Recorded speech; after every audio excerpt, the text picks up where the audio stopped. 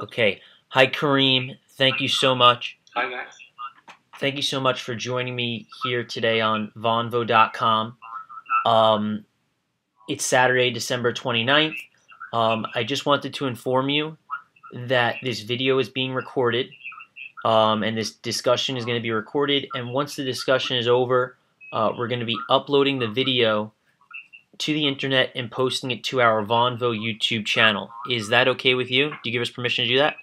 Yes, that's fine. No problem with that. Great. And then just the last item that I want to bring up is that it's possible that someone else might jump in here to speak with you or have a different opinion than yourself. So Sure, no problem. when it comes to the rules and regulations of Vonvo, we just don't want there to be any personal attacks, no insults or racist remarks, no belittling, and we just want to keep the conversation civil.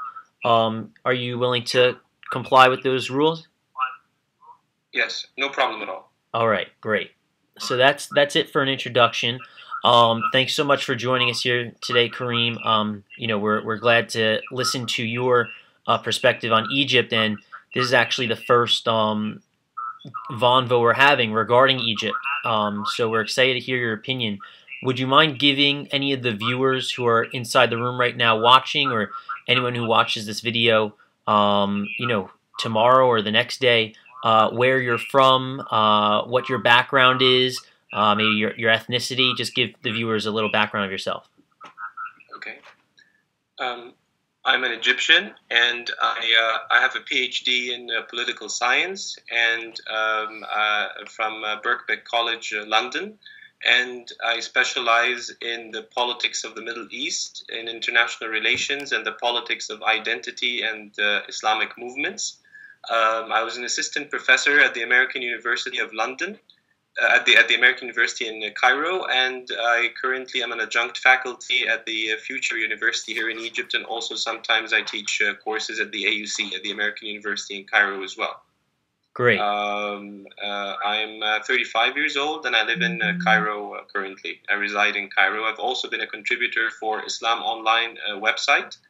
And my PhD was on the Iranian and the Taliban revolutions and their impact on the international system or the international order by utilizing theories of national identity and so forth. Great. That's amazing, and to hear those credentials is great to have on our program. So that's awesome. So since we're talking about Egypt today, do you want to maybe just easing our way into it, inform the audience how maybe you got so passionate about this specific topic of Egypt, and were there any specific moments in your life where this topic specifically became a passion of yours? Yes, actually, I was one of the people who participated in the revolution itself, actually, 2 years ago, almost 2 years ago, on January the 25th, 2011. And this was an inspiration for me, as many people in my generation who actually knew no president but Mubarak.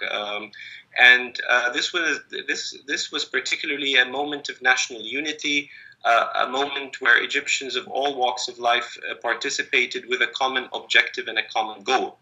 However, having said that, over the past 2 years, there has been too many disagreements and too many different conceptions of what the revolution means for different segments of Egyptian society. And therefore, this is the core of the problem, that you have different blueprints for post-Mubarak Egypt, and there has not been a consensus on how the country is to be governed, what kind of system would come into place after the downfall of the regime. And this is something that saddens me personally, because Egypt is one of the oldest countries in the world and in the region, and really it's a country with a centralized political culture, and also a kind of a democratic experience as well in the past, and a vibrant civil society. So I think that Egypt is the most promising example in the Arab Spring that should have led the way in a less tumultuous track into an example that should be followed across the region. I mean, if you look at its recent history over the past century, Egypt actually managed to create the first constitution in 1923, where the concept of a parliamentary democracy with the separation of powers and the rule of law was established. So really, we have all the credentials that could actually enable us to establish a democratic system.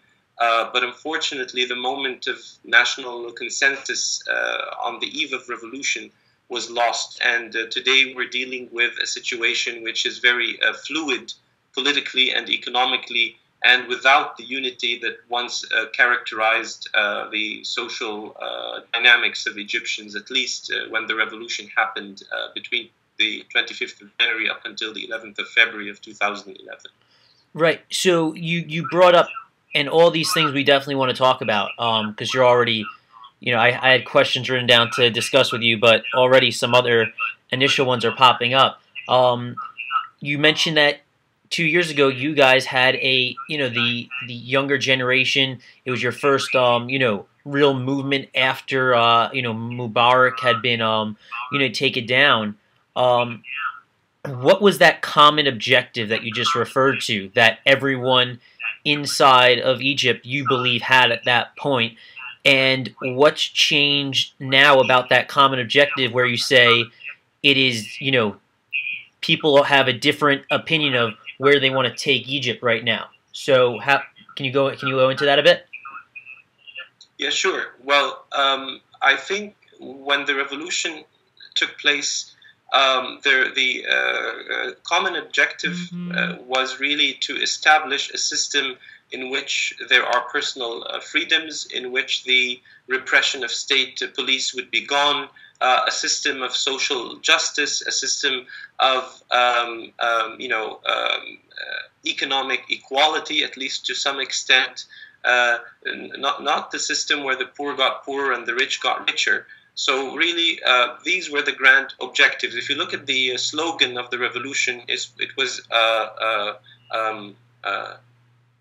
bread, freedom, social justice. These were the objectives of the revolution, basically. But the problem is, and this is the crux of the matter, I think, is that how this to be achieved and the different perceptions of the post-Mubarak state, what would be the characteristics of that new system that would take place after Mubarak is really the area or the domain where still there has not been an agreement.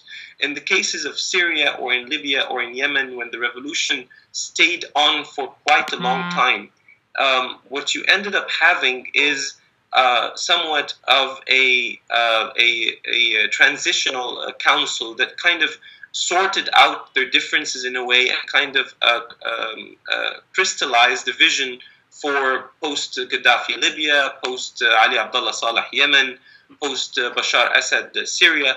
But in the case of Egypt, actually, this didn't happen. The revolution actually ended in 18 days. And a military system took over, the military council took over. Now, the military council was the only power that was capable of taking over the country because the civilian leaderships and the elites didn't have, or at least they couldn't agree on how to run post-Mubarak Egypt amidst all the challenges.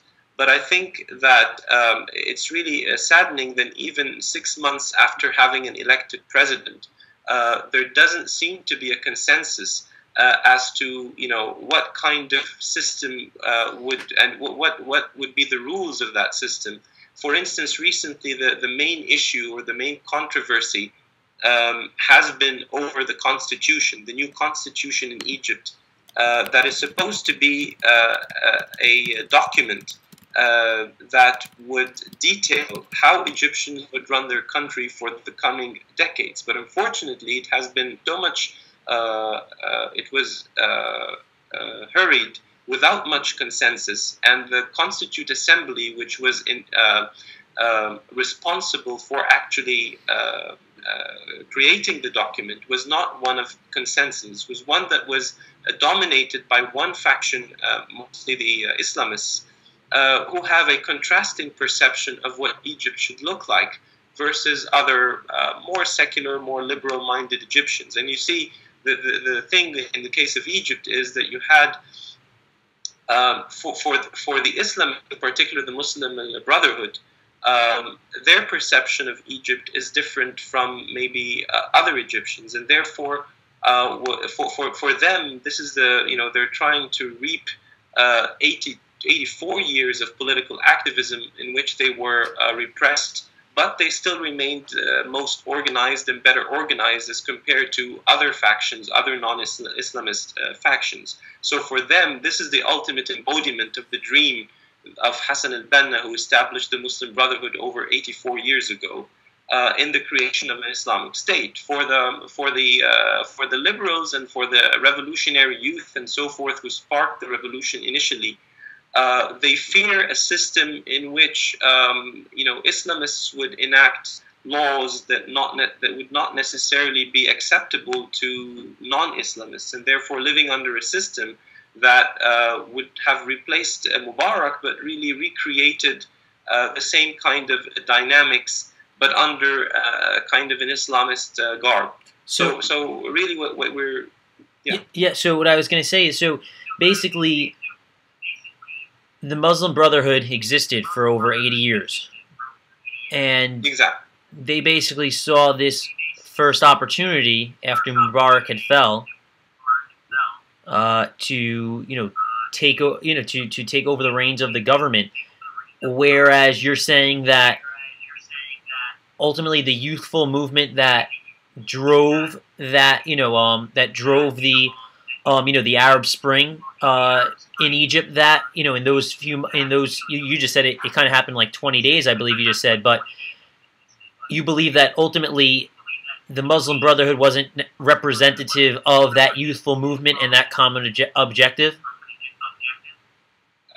Yes, I think the Muslim Brotherhood actually joined the revolution in its late days, and they saw this as an opening for them to capitalize on the vacuum that came after the downfall of Mubarak, because they were better organized, because they had a wide social and political network across Egypt, whereas the revolutionaries and the youth movement possess either the experience or the organizational capacity to actually create the system in the post-Mubarak period, or to influence it in much the same way the Islamists have. So this is really the let's say the point of contention between both areas, or both segments of the Egyptians. Now, this is not to belittle the role that the Muslim Brotherhood members have actually done during the revolution, and the fact that their members participated in the revolution and played a role in the downfall of Mubarak's system. But the problem is the contrast in their perception of how the country is to be led versus the way in which other secular-minded or revolutionary youth groups would have wished the country to move into, or the direction that they wish the country to move into. So this is the real reason why there has been continued protests over the past few months. But in particular, if you want to look at the more recent kind of event, which happened in November, the 22nd of November, when the president enacted a presidential decree in which he immunized his decisions from any judicial oversight, and also wanted to protect some of the institutions from any kind of judicial wrangling. So this made him really a new president who, even though he's democratically elected, but he's acting above the law, and he possessed both the executive and legislative powers, and also in many ways kind of neutralized the judiciary. So right. Theoretically, at least, he managed to amass so much power unprecedented to any other Egyptian leader. So this is the reason why that there has been so much protest, in particular over the past month, in the sense that the revolutionaries and the secularists feel that now he's the elected president, he was elected democratically, but the dynamics of his government and the dynamics of his decisions are still authoritarian. In particular, when he started to use language that was very similar to the Mubarak era, accusing the opposition of being conspirators and provocateurs with foreign agendas. Just yesterday, the chief prosecutor issued a probe into accusations of leaders of the opposition that they were getting money from foreign agendas and conspiring to overthrow the regime. So this kind of Mubarak-era rhetoric is frightening to many. Right. So one of our viewers right now, if you look in the text chat below, one of our viewers named Stuart, he asks a question: are other political groups able to organize now post-revolution, and are they doing so? This is a very good question, Stuart, and I think that yes, it is actually happening that other political groups are to organize. And recently, however, the secularists and the revolutionary youth groups have managed to overcome some of their organizational difficulties because, for over a year and a half, they failed to unify their ranks and create a common front. In Egypt, the main opposition bloc to the Muslim Brotherhood and some of their recently allied Islamist factions happens to be the National Salvation Front, which is led by Hamdin Sabahi, who was a presidential candidate in the recent elections. Also, Mohammed al-Baradei, who is the chief of the IAEA, and also by Amr Musa, who was the Secretary General of the Arab League. So these figures actually are leading the opposition movement, and they've joined forces in what is known as the National Salvation Front. Right. And so, what would you say are the main differences between what Mohamed Morsi's Muslim Brotherhood stands for, and we'll go back into like what he's been doing with like the whole constitution stuff. But I'd love to know like what are the main differences that you see between this youthful group that's been able to overcome organizational difficulties and what they stand for, or at least what they say they stand for, and are communicating. And what the Muslim Brotherhood and Mohamed Morsi has to say. Well, historically speaking, the Muslim Brotherhood, as we said, was established over 82 years ago. And the main reason for the existence of the Muslim Brotherhood, or their main motivation actually, was to create a grassroots social movement that would Islamize the society from below in anticipation of a moment where they could be in power. In its first 2 decades, actually, with Hassan al-Banna, who was the founder of the movement and so forth, and even after Hassan al-Banna died, the movement was very successful in attracting a lot of members from the urban middle class. So you had a lot of teachers, professionals, joining the Muslim Brotherhood movement, and its main aim was to combine political activism with the works of social charity, and in creating hospitals and schools and clinics in a way that would create a social network, an Islamic social network of support. Now, recently, however, over the past maybe 2 or 3 decades, the problem is that just like any other old political movement, what eventually happens is it lacked the critical thinking and the dynamism that is needed to steer the country forward and to deal with changes. And the part of the problem was the fact that the organization itself changed from its urban base of support into more of a rural base of support, with its obedience to authority and much of the traditional values of the rural communities in Egypt. So what you ended up having is a movement that espouses Islamic values, but it's unable to keep up with more of the modern challenges that are needed to steer the country forward. So this is a part of the tension. It became a rigid, hierarchical organization. It has a pyramidal structure.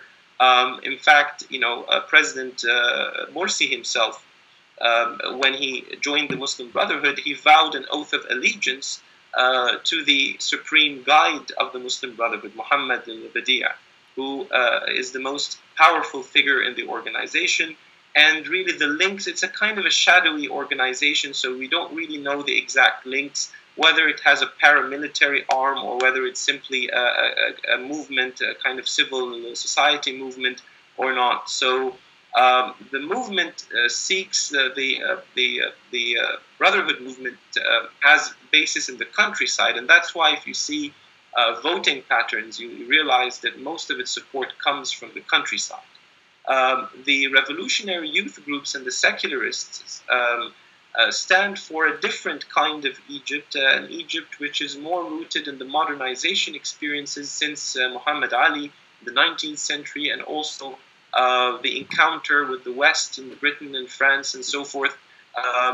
This is the origin. So really what you have is these two organizations or these two movements, they stand for very different images or layers of Egyptian identity. Egypt is a country with a very long history, and every era kind of gave sediments to layers of identity, and therefore you have multiple identities for Egyptians that are in constant conflict with one another in the post-revolutionary period. So each one of these two movements has a different kind of blueprint and vision for Egypt, derived from the different experiences and the different ideological worldviews. Very interesting. It's funny to hear all this because, similar to like the Israel-Palestinian conflict, where you only hear a very small portion of what the issue is exactly about, through the news. It doesn't even begin to scratch the surface of what exactly is going on. And I'm getting kind of, a similar impression right now in terms of, Egypt, where not only the long history, but, what's going on exactly in the country is there's a lot to really dig into. What I would ask next is, Stuart asked another good question. What is the state of the trade union movement in Egypt? And then he says, reason for that question: often political movements are stronger when they have an economic interest rather than just an intellectual unity. Yeah, this is a very good question. That I think that the trade unions, alongside with all of the other syndicates and all of the other groups in society, really at this stage you don't really see them in action. It only probably what you see is the workers' unions. Because in places like in Mahalla, which is the area where most of the textile industries have been located, you do find a lot of workers' unions actually organizing protests. This is a faction that's not really under control of the Islamic. This is more secular, more liberal, revolutionary youth type of leaning, because you had the main movement, the April 6th movement, the youth movement. It started as a movement that spoke for the interests of the workers and the working class. So really, I think that with the and I think a very important issue to note also is the status of the Egyptian economy, which has become in a very terrible state. Actually, foreign reserves in Egypt declined from $36 billion to $15 billion over the past 2 years. Where did those reserves? Where did those reserves go? Pardon me? Foreign reserves. They've declined. They've been used in all sorts of projects just to keep the Egyptian economy floating, purchasing of much needed products. You know, Egypt is the primary importer of wheat to feed the people. So basically, a lot of this has gone into much needed imports, and also to pay for salaries of employees and to fulfill a lot of other obligations over the past 2 years. So really, it's been used to stain the economy that has been doing very poorly. And also, you have the value of the Egyptian currency. It's an all-time low. The lowest point is the U.S. dollar. The last quarter of the year has witnessed the highest unemployment level in Egypt. So I think if this continues on, you will see a lot more action in the streets on the part of unions in general, whether they're labor unions or trade unions the most serious issue, I think, is that the revolution gave a lot of people so much hope, especially on the economic front. And once you begin to have declining expectations, once you've raised the bar so high, in terms of the promises of the revolution and so forth, what you end up having is a big disappointment.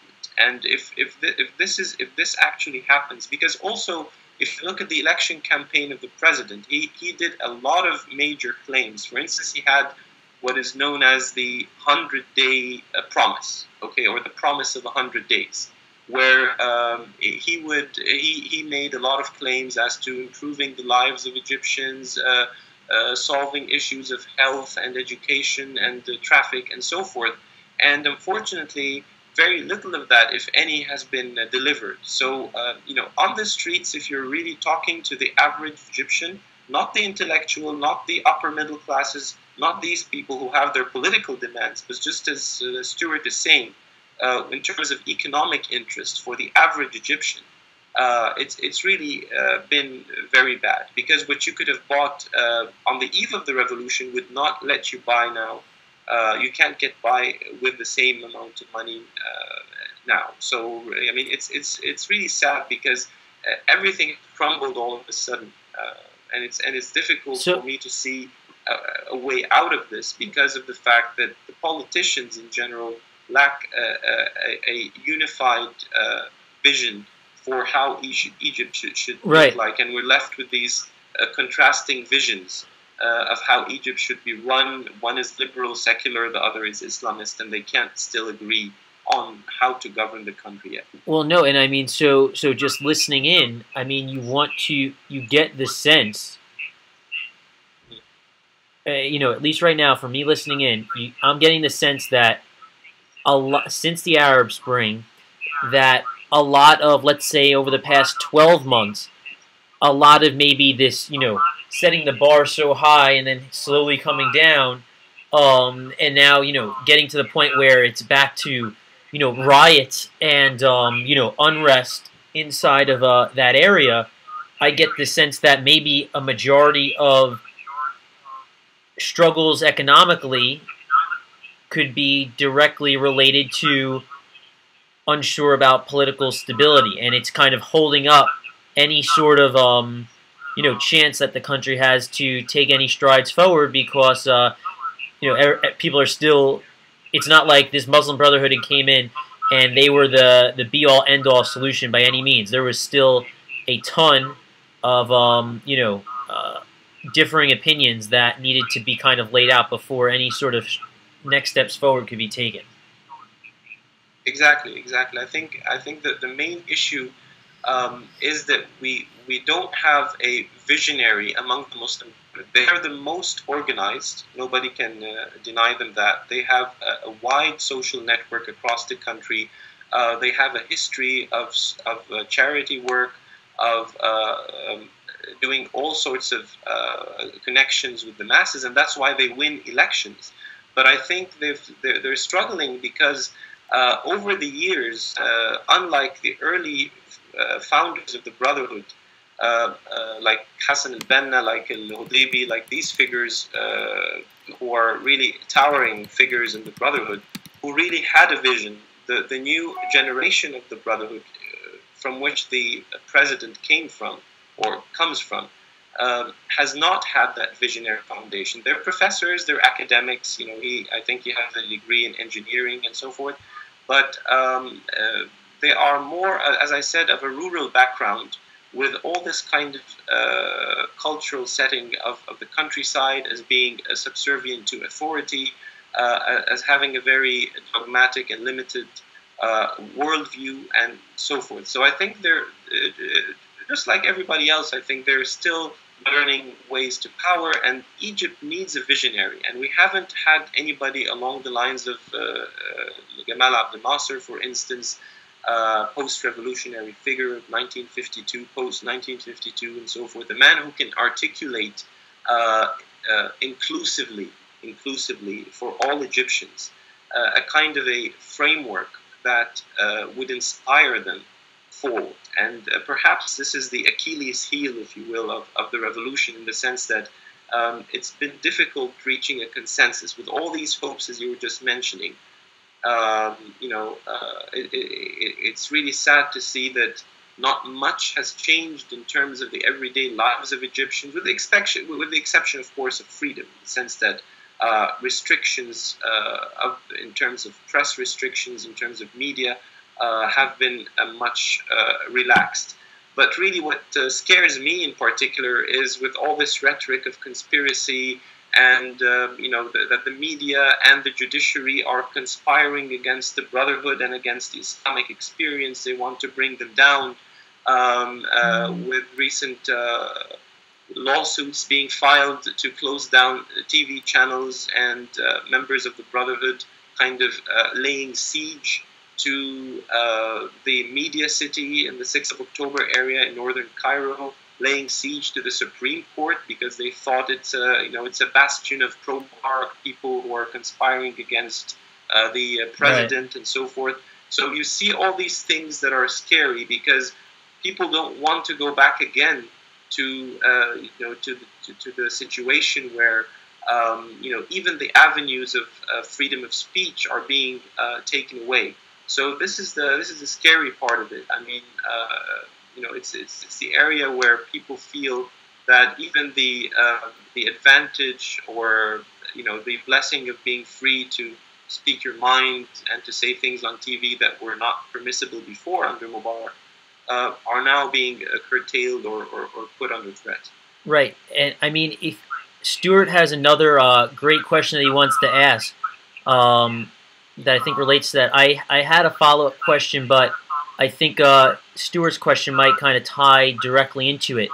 And we have a few more viewers, so anyone who's watching, if you have a question for Kareem, please feel free to type it down, and we'll ask Kareem to answer it. But Stuart's next question was, what effect are external influences having in Egypt in terms of investment, political interference, and perhaps some of the things that you just discussed, freedom of speech and stuff? Is there an outside force that's coming in and trying to push back into the Mubarak era and forcing Morsi to Mohamed Morsi to reconsider going back to those days? Well, I think that President Morsi and the Muslim Brotherhood in general are trying as much as possible to recreate the same types of alliances that Mubarak had. If you're looking in terms of investment, there hasn't been much change in terms of the kind of World Bank neoliberal capitalist philosophy that the Mubarak regime had implemented in Egypt that led to major social gaps. And I think the Brotherhood haven't shown an alternative to that. They've been contemplating a loan from the IMF. It's the same loan that was actually articulated or thought of a year ago, and the Muslim Brotherhood themselves had rejected on accounts that this would plunge the country further into debt. and here they are accepting an IMF fund of $4.8 billion to revive the Egyptian economy once more. And I think they're also trying to show the Americans that they are the new kids on the block, and they are the ones who can maintain stability in terms of Egypt's relations with Israel, which is the cornerstone of U.S. foreign policy in the Middle East, and also relations with Arab Gulf states to ensure a minimum of stability in the Gulf that would enable the continuous flow of oil to the United States. And I think the Muslim Brotherhood, with the recent deal on Gaza, for instance, that seemed to be plausible to all sides, to the Americans, to the Israelis, to Hamas, to everybody. I think they're trying to show the Americans that they can be guarantors of stability in the Middle East. Because as you know, the Muslim Brotherhood are not just in Egypt, they're an international regional movement. There's the International Society of Muslim Brotherhood, which, one of its branches in Tunisia is also in power, the Nahda party. And I think they would have the lion's share of power in Syria post-Assad as well. So we're talking about a region-wide movement that is well-rooted and that has been having links with the United States since 2005, and if not earlier. We've seen congressmen meeting up with members of the Muslim Brotherhood. We've seen a public opinion kind of a propaganda initiative in which members of the Muslim Brotherhood have actually gone to the United States to meet with senators like John McCain and Kerry and so forth. So they want to show the West to a very great degree that they're not a radical movement like Al-Qaeda. On the contrary, they're trying to portray themselves as much as possible as being a moderate Islamic movement who could actually maintain the same commitments that the Mubarak regime had maintained in terms of the Camp David Accords, obviously, which is a sticking point, in terms of relations with Israel, in terms of also links with the Arab Gulf states to maintain security in the Gulf.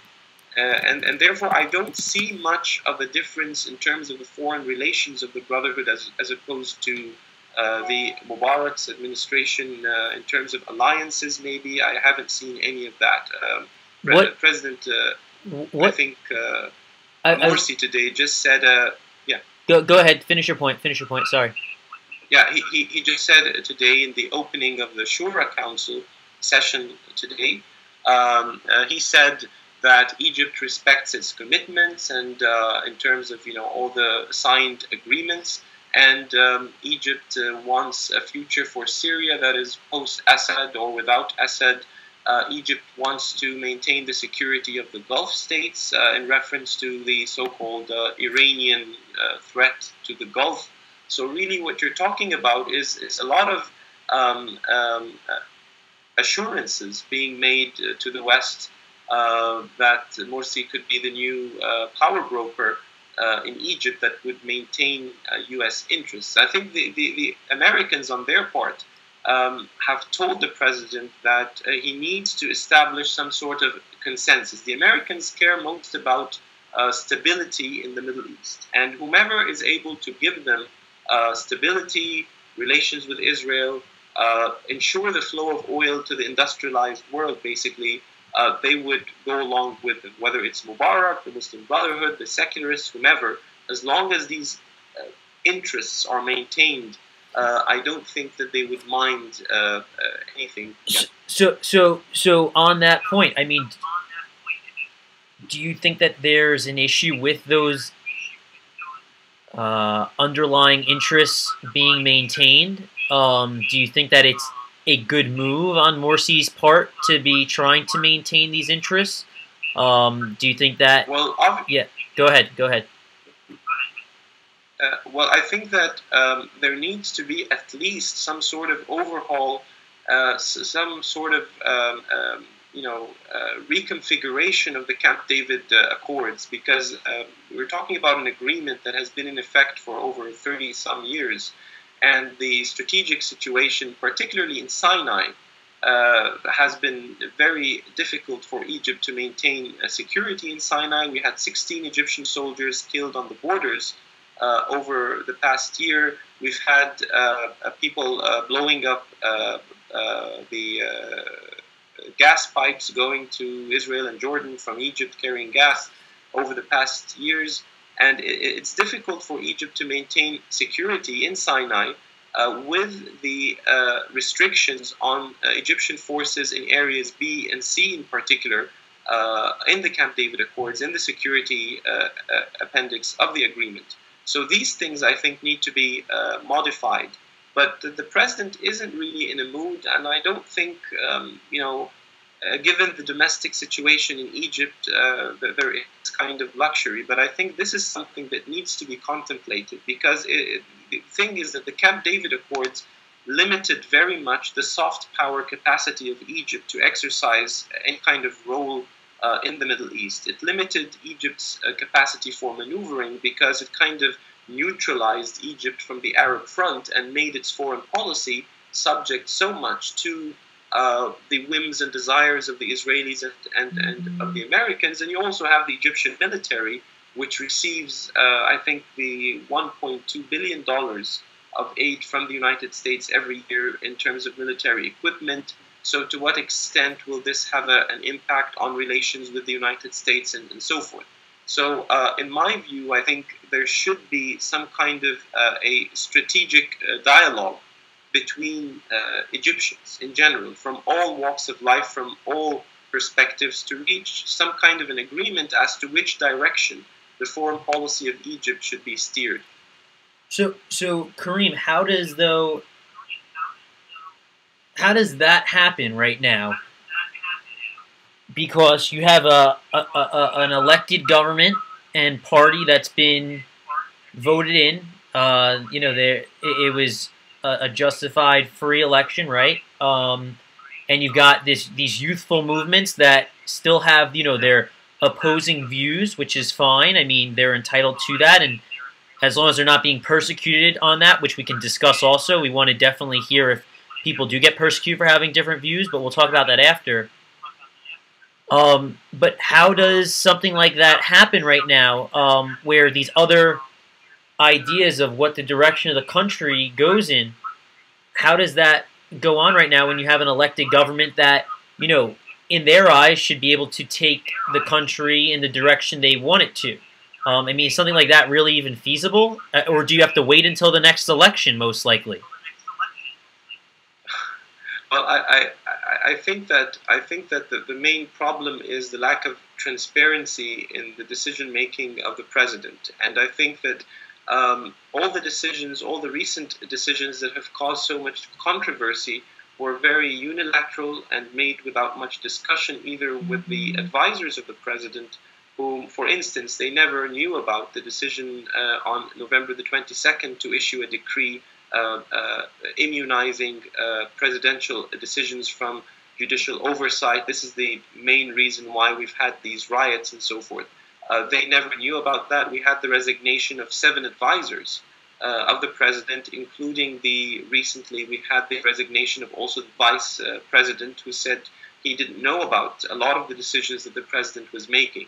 So I think in order for us to do these things that you were just saying, I think there needs to be a national dialogue. There needs to be some sort of inclusive decision-making structure. The main problem is, in Egypt, for instance, you have the president calling for national dialogue for the past several weeks. He hasn't said, no, I won't engage in dialogue.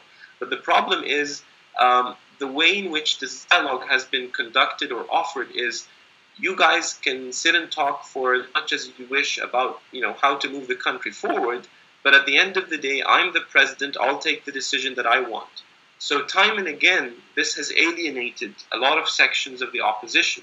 Like, for instance, before November, Baradei, Amr Musa, and Sabahi, the leaders of the opposition, sat with the president. They discussed a wide range of issues, only to find that everything they discussed was sidestepped and decisions were made unilaterally without anybody knowing it. So this is the main area of tension. We had a revolution in which everybody took part in, the Muslim Brotherhood, the secularists, the revolutionaries, everybody.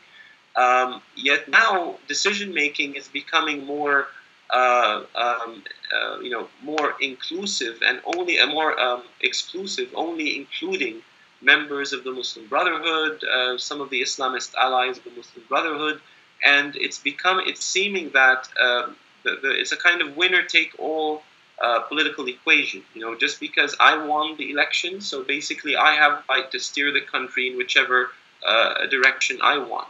So this is how a lot of people feel about it, that there's an attempt to kind of engineer the process of transformation in a way that benefits a segment of the Egyptian population. Nobody is arguing that the president is not elected democratically, he shouldn't choose his advisors, he shouldn't choose the ministers, and so forth. We're just saying that what needs to happen, or at least I think what needs to happen, is a decision-making structure that reaches out to Egyptians in their varieties and reach some kind of a consensus in terms of how to steer the country forward, in terms of foreign policy and in terms of domestic policy as well. And if we don't have that, I'm afraid we're in for a very long, arduous, drawn-out conflict that takes the form of protests that are sometimes violent. I mean, over the past 3 weeks, we've had very violent protests. In fact, I live about 300, 400 meters away from the presidential palace where, all the carnage happened a few weeks ago, if you've been following it, where some of the protesters were organizing a sit-in with tents and so forth in front of the presidential palace, and then truckloads of Muslim Brotherhood supporters from the countryside came and tore down the tents and attacked the protesters, and a violent gun battle ensued for the rest of that night. So really, and you have 22 headquarters of the Muslim Brotherhood were torched across the country. They were torched, put in flames? Yes, put in flames across the country. A lot of people were threatened. A lot of intellectuals and academics and people belonging to TV channels, like I said, members of the Brotherhood laid siege to the Supreme Court, preventing a lot of the judges from assuming their work, and the media city where most of the independent TV stations are located were surrounded by Muslim Brotherhood protesters. So really, over the past 3 weeks since that decision, with regards to the presidential decree and so forth, Egypt has witnessed so much violence, and for the first time, very deep divisions in society. I mean, I've stopped talking to people in the street about their feelings, because you get into this heated debate that oftentimes turns violent, whether you're in the bus or the metro station or in the street talking to an average person. If you get into this debate whether the Muslim Brotherhood are right or wrong, which side are you on?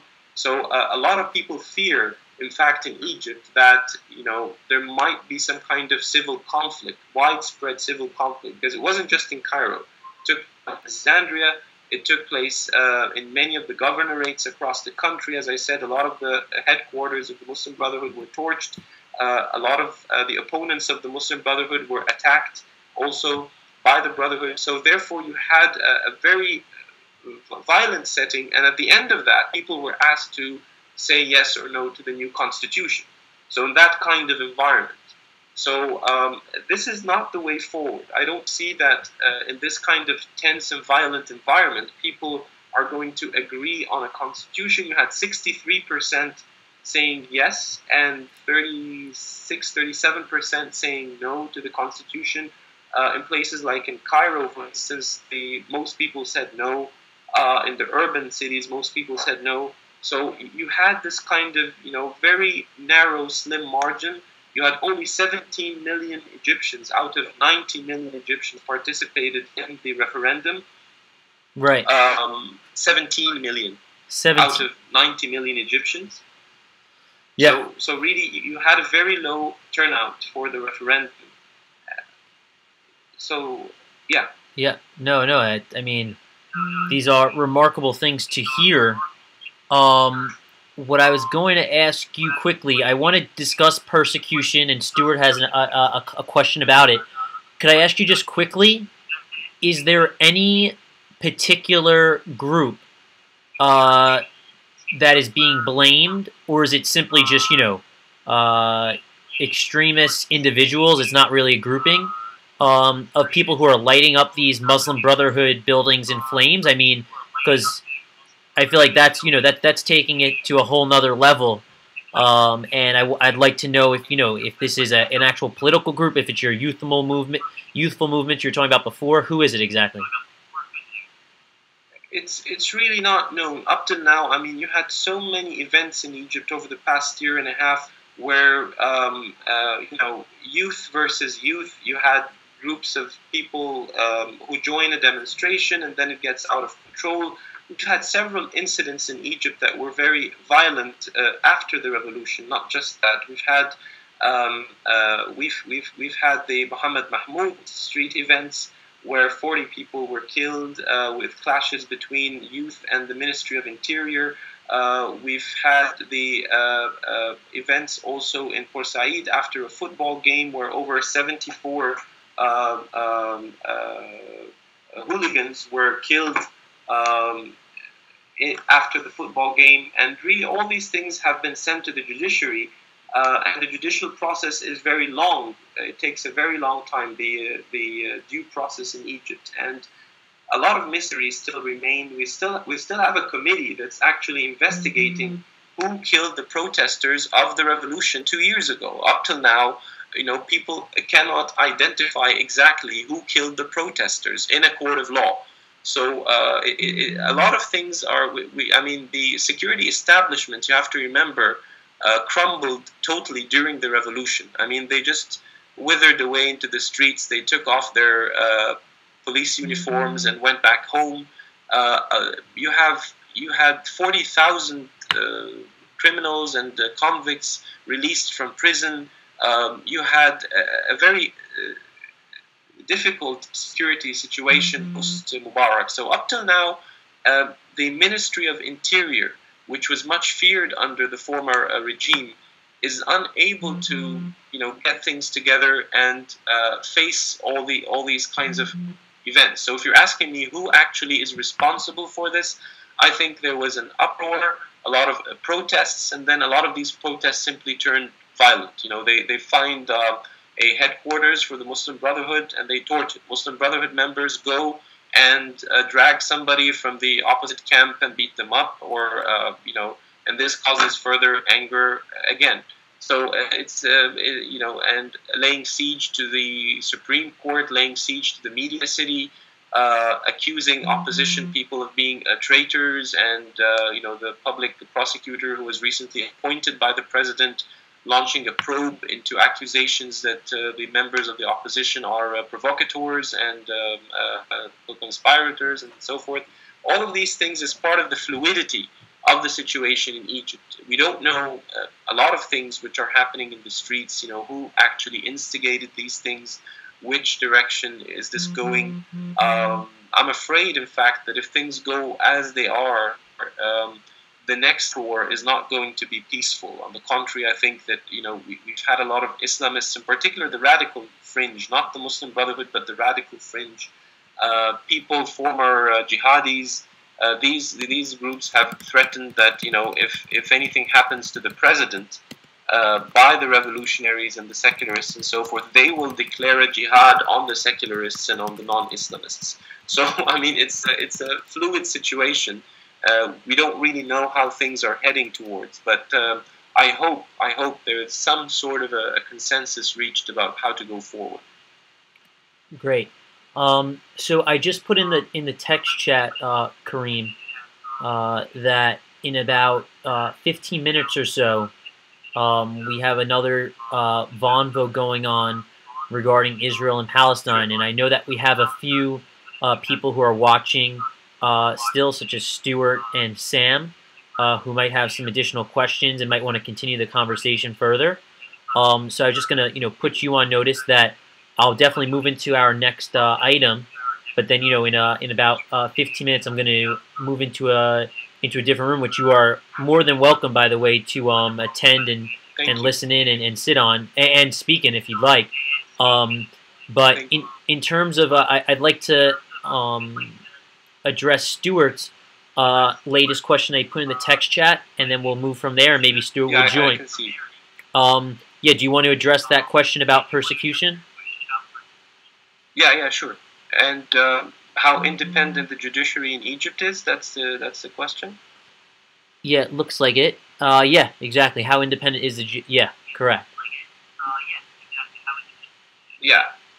Well, the judiciary is more or less a respected institution in Egypt, and it's an institution with long traditions, long established traditions, and so forth. Under Mubarak, it wasn't really independent. We should say that Mubarak manipulated the judiciary in many ways to suit his own interests. A lot of the decisions that were taken, a lot of the court cases were not investigated, or at least the judges' decisions were not implemented. In many cases in Egypt, people languished under a lot of this kind of wrangling, a lot of intervention from the president, in the judiciary. And one of the cardinal goals of the revolution was, in fact, the separation of powers, that the judiciary should be empowered, should be independent. Now, the recent decision that was taken by the president with regards to protecting elected institutions from judicial oversight and the appointment of a pro-Morsi prosecutor general, I think stoked a lot of fears that, in fact, rather than having Mubarak manipulate the judiciary, we're having Morsi manipulating the judiciary, but this time under the pretext of clearing up the corruption of the judiciary of Mubarak. So the argument that the president makes and a lot of his supporters make is we have to restructure the entire judicial establishment in Egypt. We have to kind of clean the corruption that was in the judiciary under Mubarak's period. But unfortunately, if you want to do this, it has to be done the legal way as well. You have to have a legislative council or legislative body that would issue laws pertaining to the judiciary, which is the third power in Egypt. So if the president is saying that, but doing exact same thing that the former president is doing, manipulating the judiciary to his own favor under the pretext of getting rid of Mubarak's judges or getting rid of corruption, recently there was a major problem with the judiciary. You had judges on strike. You had in protest of the president's decision to immunize his decisions from judicial oversight. A lot of the judges went on strike. A lot of the judges refused to supervise the referendum, which was another sticking point, because if you don't have judicial supervision, you cannot guarantee the objectivity of the referendum. So this was one of the issues, how to find judges that are willing to supervise the referendum. So it's really still a sticking point. To what extent is the judiciary going to be independent? Is the Muslim Brotherhood serious about clearing only the corrupt elements in the judiciary, or are they simply using that as an excuse to bring in more favorable judges in replacement of the Mubarak judges? Right. Yeah, no, I mean, I can see how that now is, that's really the sticking point about what's kind of yet to come. And it's not just relating to judges, but a whole variety of things. But I guess it starts with the judges because, when it comes to the government and Morsi wanting certain powers in certain areas of the country, it's got to start at the top with the people who could oppose what he has to think or say. And does he just appoint these judges? Is there any committee that reviews them, or any votes on the judges as well? There's supposed to be in the constitution and in terms of traditions and so forth. What used to happen is that the parliament issues what is known as the judicial law rule, or it's a kind of a legislation that is issued by the parliament on how to organize the judiciary. This is how it used to go. We have a judicial council, what is known as a Supreme Judicial Council, which has the role of judicial oversight, making sure that the judiciary conforms to certain rules and regulations and so forth. Now, recently, however, with the recent crisis, we've had a lot of problems with some of the decisions with regards to the Supreme Court, for instance. The president considers the Supreme Court to be a bastion of pro-Mubarak judges. And the main issue that really stirred a lot of the controversy on the part of the Islamists really was the fact that the Supreme Court dissolved the first elected parliament on account of a faulty law, a faulty electoral law, last July. So the Islamists took this as evidence that really the Supreme Court is out there to dissolve everything that's elected that brings into power Islamists. So for them, the Supreme Court is really a target that should be prevented from doing its duty until the president appoints the new Supreme Court judges. So, for instance, over the past 3 weeks, they've been prevented from entering the building and looking into some of the cases, like, for instance, some of the laws that brought the Shura Council in its place, or even the Constituent Assembly, which is forming the Constitution, the constitutionality or the constitutionality of these two bodies. On account, so they won't let go of the siege until a new Supreme Court is chosen, and only then will they agree that the Supreme Court would run as it is again. So there's a lot of manipulation. Let me tell you this. For the Islamists, they believe, in fact, that the post-1952 political order in its entirety, from Nasser to Mubarak, with the judiciary, the media, even the secular opposition, from their perspective, all of this is an extension of Western colonial factors, Western imperialism, and so forth. They simply believe that to rid oneself from the past is really to establish an Islamic order, an order in which Islamists are in positions of power. And only then will the legacy of colonialism be erased, and with the bringing in of people who are more amenable to the Islamic trend in Egypt. Whereas for the secularists, they do agree that there has been a lot of wrangling in the judiciary by the Mubarak era, but they see the judiciary and the army as well as the only protection against the abuse of power from the now dominant Islamists. So from their perspective, there's a fear that the overstepping of authority on the part of the president would actually somehow make the judiciary weaker, and hence they have no recourse to any kind of institution to protect them. And I've heard a lot of secularists who are now regretting the demonstrations against the military council. They say, okay, now the military council left, we're left with the Brotherhood, and now the military doesn't want to interfere in politics again. That was our only hope, of having some sort of military intervention that would protect us from the excesses of the Brotherhood. So it's really, it's really a difficult situation. Okay, great. So, I mean, what I would say, Kareem, is just one second. I'm looking at one of the comments from Mahmoud. He's saying he was having a problem with hearing you. I asked him if he wanted to join. So here's what I was going to say, Kareem. There's clearly a bunch more that that can be discussed relating to this conflict. I want to thank you for taking. We've just been speaking for now over an hour. Taking the time to share your opinion on Vonvo, because I know the people have written in the text chat they found this very informative. I found it very informative personally, and I know that this this topic needs to get more exposure in the mass media than it is, and we need to scratch into the deeper surface of what's going on there. So thank you so much for your insight. We'd love to have you back, especially with your credentials. Thanks, Max.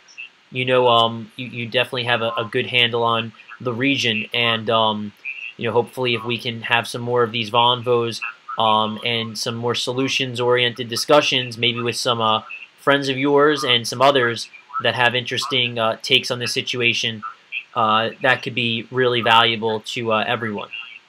Thank you so much, Max. It's a pleasure, and thanks to everyone who's been watching and sending all these very interesting questions. Yeah, great. I will definitely be in touch. Thank you so much for your help. All right, Kareem, and feel free to come on to Vonvo at any point throughout the day. There's more conversations going on. Thank you so much, Max. Thank you so much. Goodbye. Bye.